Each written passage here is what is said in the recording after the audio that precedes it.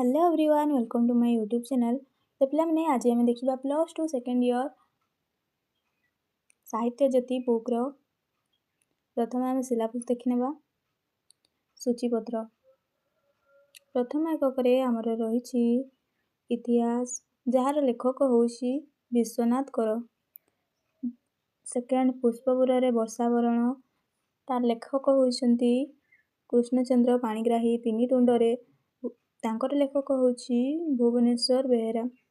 स्वाधीन देशर शिक्षा चिंता एठार लेखक गोलक बिहारी धल। आमर द्वितीय एकक रही गद्य विभाग। प्रथम आम देखिले गद्य विभाग।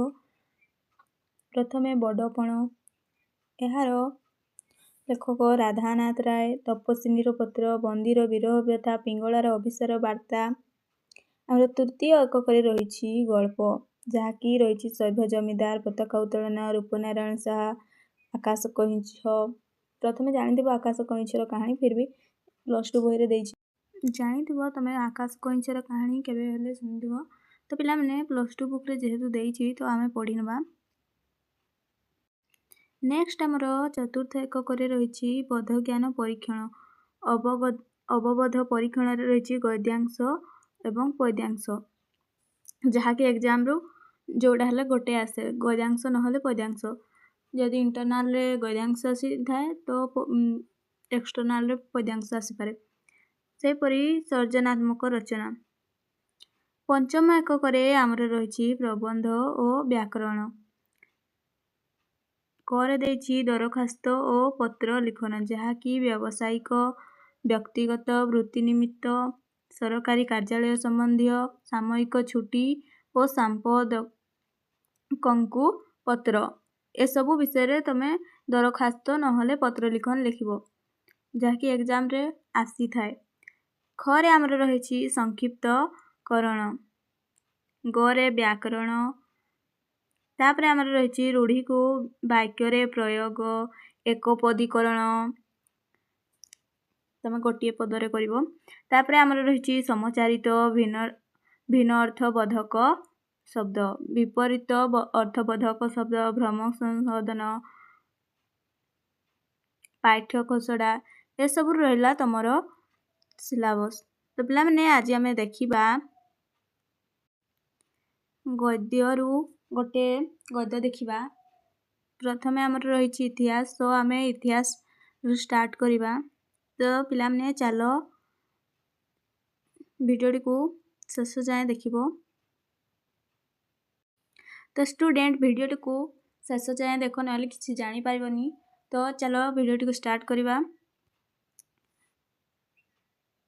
गद्यर नाम होछि इतिहास। यार लेखक विश्वनाथ कर। मु प्रथमे भी कहिथिली ए संसार रे साधारणतः 2 श्रेणीर मनुष्य दृष्ट हुअन्ति।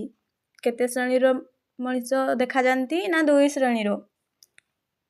एक श्रेणी पृथ्वीर नाना वस्तु दर्शन करती, संभोग करती, मात्र कौनसी वस्तुर तत्व निरूपण करिबा विषय रे सेमानंकर प्रयोग देखा जाए नहीं। प्रथमे जानिले आमे 2 श्रेणीर मनुष्य देखा जानती।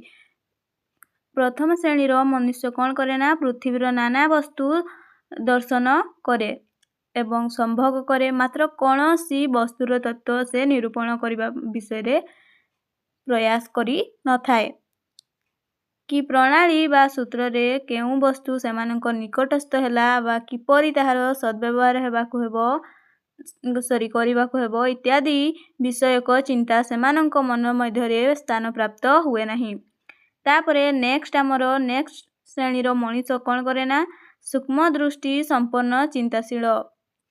एही श्रेणीर लोकमानंक द्वारा पृथ्वीर नानाविध उन्नति संसाधित हुए। तो आमे देखिले केते टी श्रेणीर लोक बास करछन्ती ना 2 श्रेणीर लोक, 2 श्रेणीर मनुष्य देखा जानती ए संसार रे। तो प्रकृत पक्षे एही चिंताशीलता, सूक्ष्म दृष्टि बा तत्व निरूपण प्रयास ही मनुष्यतर विशेष लक्षण। एपरी प्रभाव रे मानव समाजर वैषयिक आध्यात्मिक सर्वविध उन्नति संसाधित होउछि। जने चिंताशील पंडित कहिसंती, कौन कहिसंती ना ମନୁଷ୍ୟ ଯେ ଅନନ୍ତ ଦେବଙ୍କର ପ୍ରତିକୃତି, କେବଳ ଏହି ସଶକ୍ତ ଶ୍ରେଣୀର ମନୁଷ୍ୟମାନଙ୍କ ପ୍ରତି ଦୃଷ୍ଟି ନିକ୍ଷେପ କଲେ ତାହା ବୁଝାଯାଏ। ପ୍ରକୃତିସ୍ଥ ମନୁଷ୍ୟର ମନ ନିତ୍ୟ କ୍ରିୟାଶୀଳ ଅଟେ। ଅନନ୍ତ ପ୍ରକୃତି ସଙ୍ଗେ ତାହାର ନିତ୍ୟ ଯୋଗ ହୋଇଥାଏ। ଯେ ବର୍ତ୍ତମାନର ଜୀବ ହୋଇ ସୁଦ୍ଧା ଅନନ୍ତ ଅତୀତ ଓ ଅନନ୍ତ ଭବିଷ୍ୟତ ସଙ୍ଗେ ଘନିଷ୍ଠ ଭାବରେ ସମ୍ବଦ୍ଧ। ଏହି ସମ୍ବନ୍ଧରୁ ବିଚ୍ଛିନ୍ନ ହେଲେ ମାନବ ଜୀବନର ମୂଲ୍ୟ କିଛି ରହିନଥାଏ। ବର୍ତ୍ତମାନ ଯାହା କିଛି ଆମ୍ଭମାନଙ୍କର ନୟନଗୋଚର ହୁଏ, ସମସ୍ତେ ଅତୀତର ସନ୍ତାନ ବୋଲି ଜଣାଯାଏ। ଏହି ଜ୍ଞାନ ବିଜ୍ଞାନ ସମ୍ପନ୍ନ ବିଂଶ ଶତାବ୍ଦୀର ସଭ୍ୟତମ ମାନବ ସମାଜର ଭିତ୍ତିଭୂମି କ'ଣ? ପାଦମୂଳରୁ ଯେତେ ନିମ୍ନ ଦେଶକୁ ଅବତରଣ କର, ଦେଖିବ କେବଳ ନରକଙ୍କାଳ। କ'ଣ ଦେଖିବ? ନା ନରକଙ୍କାଳ। ବର୍ତ୍ତମାନ ଅବସ୍ଥା ଲାଭ କରିବା ପାଇଁ କେତେ ରାଶି ରାଶି ନରଦେହ ପତିତ ହୋଇ ଅଛି, ତାହା କିଏ କଳନା କରି ପାରିବ? ଗୋଟିଏ ଫରାସୀ ରାଷ୍ଟ୍ରବିପ୍ଳବ କଥା ସ୍ମରଣ କଲେ ଆମ୍ଭମାନଙ୍କର ହୃତ୍କମ୍ପ ଉପସ୍ଥିତ ହୁଏ। କ'ଣ? ନା ହୃତ୍କମ୍ପ ଉପସ୍ଥିତ ହୋଇଥାଏ। ଲକ୍ଷ ଲକ୍ଷ ମହାପ୍ରାଣୀଙ୍କ ବିନାଶବାର୍ତ୍ତା ଶ୍ରବଣ କରି ଦୁଃଖରେ ଶୋକରେ ପ୍ରାଣ ଅବସନ୍ନ ହୋଇ ପଡ଼ିଥାଏ। ମାତ୍ର ଚିନ୍ତା କରି ଦେଖିଲେ ବର୍ତ୍ତମାନ ଉନ୍ନତିର ଗାତ୍ରରେ ଏହିପରି ସହସ୍ର ବିପ୍ଳବର ବିବରଣ ଲିଖିତ ରହିଥିବାର ପ୍ରତ୍ୟକ୍ଷ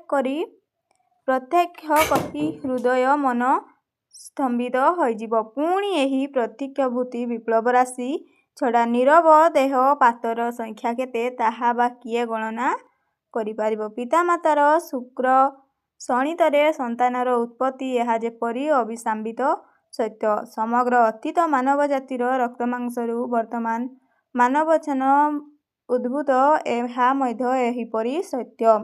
ପୃଥିବୀର ବର୍ତ୍ତମାନ ଅବସ୍ଥା ମଧ୍ୟରେ ଯେପରି ପରବର୍ତ୍ତୀ ସକଳ ପ୍ରକାର ଅବସ୍ଥାର ଚିହ୍ନ ଏବଂ ବିଭିନ୍ନ ଶ୍ରେଣୀର ଜୀବରାଶିର ଦେହାବଶେଷ ପରିଲକ୍ଷିତ ହୁଏ, ବର୍ତ୍ତମାନ ମାନବ ସମାଜର ଦେହରେ ସେପରି ଅତୀତ ମାନବ ସମାଜର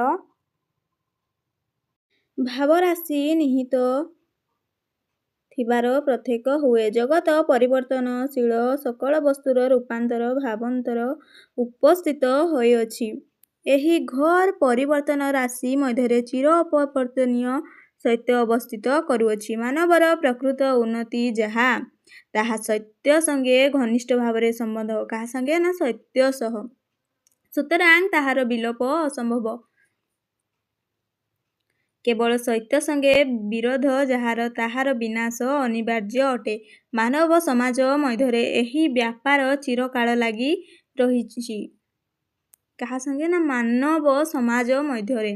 ସକଳ ପ୍ରକାର ବିପ୍ଳବର ମୂଳରେ ଏହି ନିଗୂଢ଼ କାରଣଟି ବିଦ୍ୟମାନ ହୋଇଛି।